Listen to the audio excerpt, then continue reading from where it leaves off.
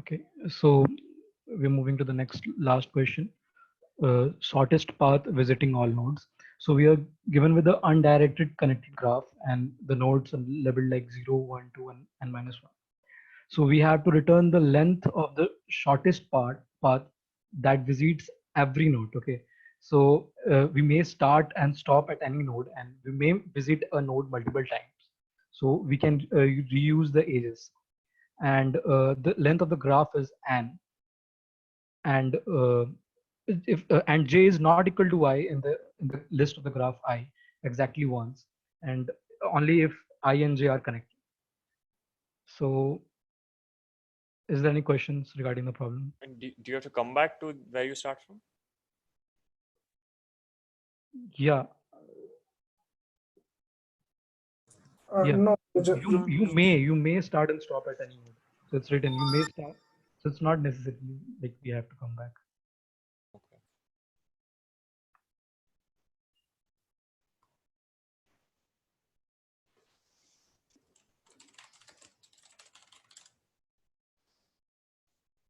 Any approaches?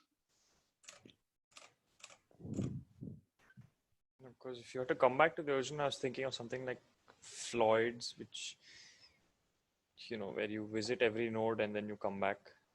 But Here we may start from start and stop at any node, and we can visit any node multiple times.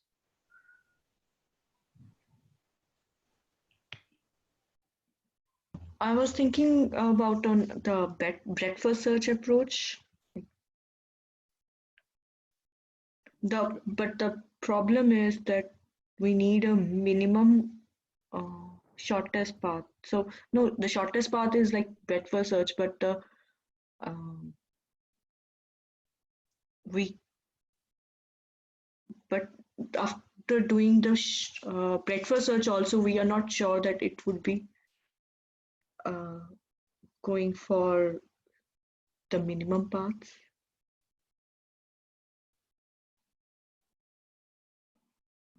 Somebody said Floyd here. Like, just want to clarify that that gives you shortest path between each pair, and that will not help you in this particular case. yeah, it's all pair shortest paths, right? So like, Yeah. I'm guessing you can, but why I'm confused is they've not given which node to start from, which node to end. So I think you'll have to run it from every node once, and then you can figure out which is the shortest path. I'm not sure. That's why I was confused. But I don't know the approaches. I don't know. I know their names. I had read it in theory. It's actually application of two algorithms, which basically use breadth first search only. The algorithms names are Bellman, Ford, and I guess it was Dijkstra, if I'm not wrong. Yeah, those give you the shortest path, but only considering those nodes once. The catch here, if you see the example, the first example, anything that gives you, it's kind of star structure. So if you take this stars and try it from any node to node, it will give you the shortest path between those two nodes. But finding a total distance where a node is visited multiple times, that is not possible using Dijkstra's. If you see the output, it has 1, 0, 2, and again 0. Dijkstra's will not come in here. I got you. Maybe not a direct version. So I can give you my intuition when I started with this problem. I'm not sure that's correct or not. I could not complete it. So what I did was, if you consider a node and you go to the next adjacent nodes using BFS, and you can come to come back to the original nodes. But if you can I share my screen? Ashish? Yeah, I'm stopping my screen. You can share your. Yeah, I'll share the whiteboard.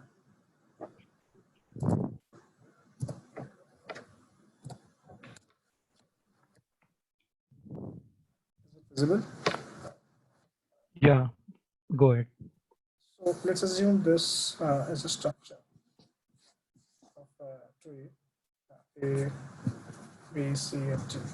So my idea was to start with, in a queue, have all those initial places set up like A, B, C, and D. And then whenever I'm, expanding the nodes, like suppose I'm expanding A, I'll go to B, I'll go to C, I'll go to D. And in the queue, I'll also add the length of nodes, length of path till that point. And when I'm here, I'll add B comma 1, C comma 1, and D comma 1. So this is nothing but kind of a state of the system, which I am maintaining in the queue. So initially it was A0, then I expanded A, it became B1, C1, D1. Now these can go back to the original node, which is B to A, but then the distance will become like A comma 2. And if you see here, I could see a problem coming in where they could just keep ping ponging with each other, like from B to A to B, B to A. So what I did was just keep a note of previous and previous to previous node also. So anytime I see I'm going back to the previous to previous node, I stop there, because I know if there are points A and B, and there's some other section over here, I go from here to here, it is one distance. I go from here to here, it's two distance. Now anytime I ping pong between these two, the minimum distance between those two will always be 1 or 2, or essentially 1 and 2 on the both sides, right? So I stop them, using this condition, like, your previous to previous node should not be same. I was able to, get output for a couple of them, but for the, the nodes which become greater than 7, this kind of gave me TLE. I tried a couple of approaches on my machine. They gave the output as correct, but LeetCode is giving them TLE. Just one question in your approach. Yeah. When you've drawn A to B, you're showing 1 and 2. But it's an undirected graph, is what it says in the question. So you don't have to consider either 1 or 2. It's whether you go from A to B or B to A, it's the same magnitude. Right. I'm just saying that to stop my BFS tree from going exponentially, like infinitely growing that, this I use the condition to stop it, because when I will use this, this queue structure, at one point in the start, it's A0. When I go to B, it will be B1. But then I come back to B to A, because the distance would have increased by 1, it would have been giving me A2. Although from the state point of view, it's a different state, but we had to stop here because, it's kind of ping ponging with each other. So I'm just trying to, give why I'm stopping, or why I'm not allowing a node go back to, again, its original to previous node. It'll just unnecessary. Okay, so once it crosses a threshold value, that means, okay, it's ping ponging. You don't want it. Yes. Exceed. Yes. It's kind of pruning the BFS tree where I want to prune it.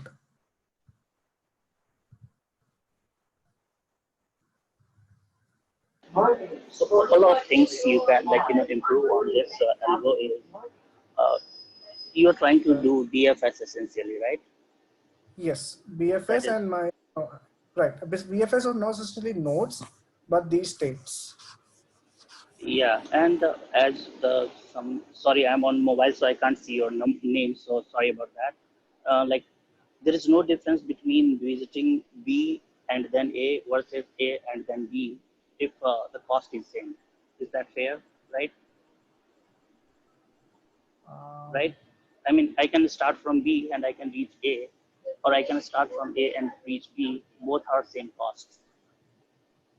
Suppose we have only these two guys. We have to travel. Right. Right? So also suppose if I have to reach A, B, C, D in any manner, I can start from anywhere in theory. So when you are starting your BFS, you can start from all these places. That is one way to optimize things. And then the other thing, like suppose if I have visited A, B, C, D, I can somehow represent that in a bit set or in any data structure which takes a very less time to determine, hey, have I visited everything yet or not? Suppose you just assign, because the numbers are for A is 1, for B is 2, you can directly figure out a data structure where you can see if all these bits are set, that I know I have visited everything. I will not further go and look into it. So since there are n numbers, you can see some approaches for the solution. You will have 2 to the power n such possibilities. And if you try to just go through your approach and use these optimization, this should work. I have solved it earlier, so I remember the basic idea. Yeah, exactly. So my next, the way of optimizing this was exactly what you said. So, just kind of creating a state based on the start, where I started, how many of the nodes I have visited, and where I am right now. So it was more of, let me just clear some part. Yeah, so zero, what is the zero in your example? Is it the distance you have covered? Yes, the length that has been covered till now.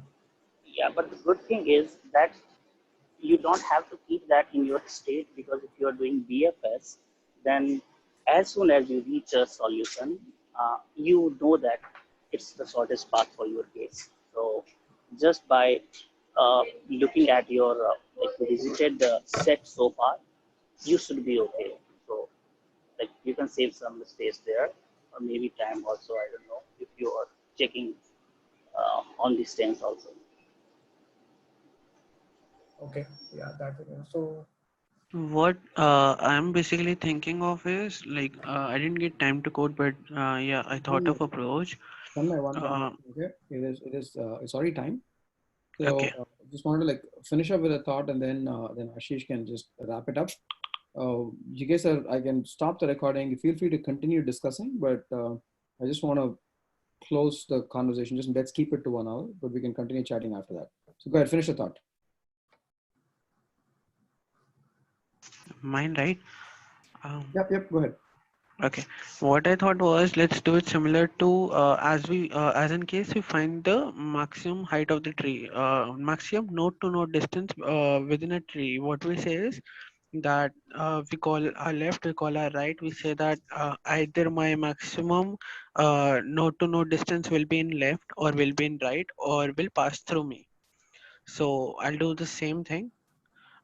Instead of calling maximum, I'll call for minimum, and I'll call it for all the nodes. What I'll say is give me the minimum distance passing through you for the whole graph, whole remaining graph, and then I'll like have a visited array in that case, and using my recursion I'll get the answer.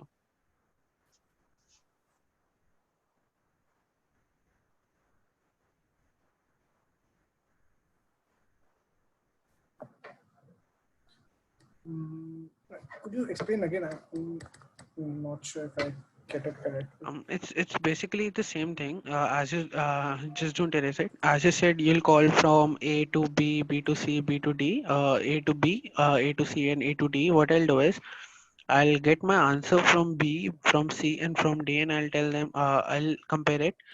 If the shortest distance from B is minimum, shortest distance from C is minimum, or shortest distance from D is minimum. And I'll be having a visited array wherein I'll just check all of them, and then I'll add myself to the shortest distance and I'll return it. Okay, Tanmay, I have a doubt here for your approach. Like, if that you're saying it for a tree, right? So, what if there is a cycle? Since our question is about graph. If it is a tree, that's fine. Your approach is well and good, but what if there is a cycle? I'm having a Boolean array that contains the visited nodes for this case. So if I'm visiting a node more than once, I'll be checking it with the Boolean array.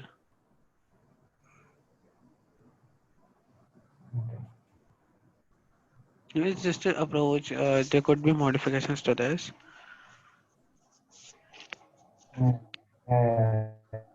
Yeah. Okay.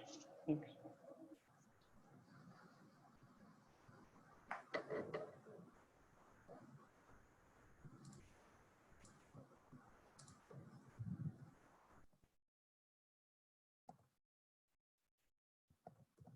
So is there